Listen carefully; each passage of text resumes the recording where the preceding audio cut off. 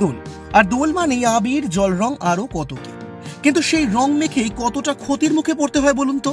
তবে সেই সব চিন্তা ভাবনা আর থাকছে না, কারণ পূর্ব বর্ধমানের এই এলাকাতে এবার তৈরি হচ্ছে ভেষজ আবির। গ্রামের মহিলারাই সংসারের নিত্য কাজকর্ম সেরে একসঙ্গে বানিয়ে ফেলছেন এই ভেষজ আবির। কি দিয়ে জানেন? বিট, গাজর কিংবা গাঁদা ফুল। তালিকায় থাকছে গোলাপের পাপড়ি। ভাবতে অবাক লাগলেও সেটাই সত্যি।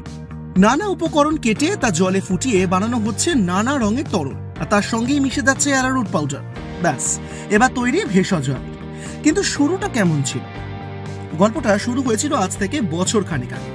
পূর্ব বর্ধমানের একটি স্বেচ্ছাসেবী সংস্থা স্টার্টআপ ফাউন্ডেশনের উদ্যোগে 4 জন মহিলাকে প্রশিক্ষণ দেওয়া শুরু হয়।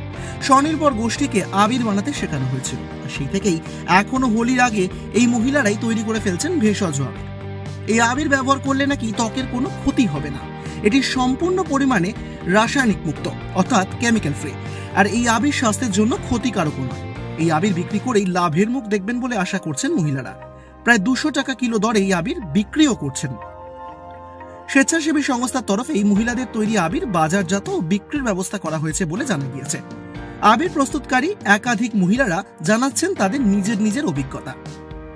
প্রথমেই আবির শুধু বাড়িতে ব্যবহারের জন্যই তৈরি করা হচ্ছিল, পরে সিদ্ধান্ত নেওয়া হয় তা বাজারেও বিক্রি করা হবে।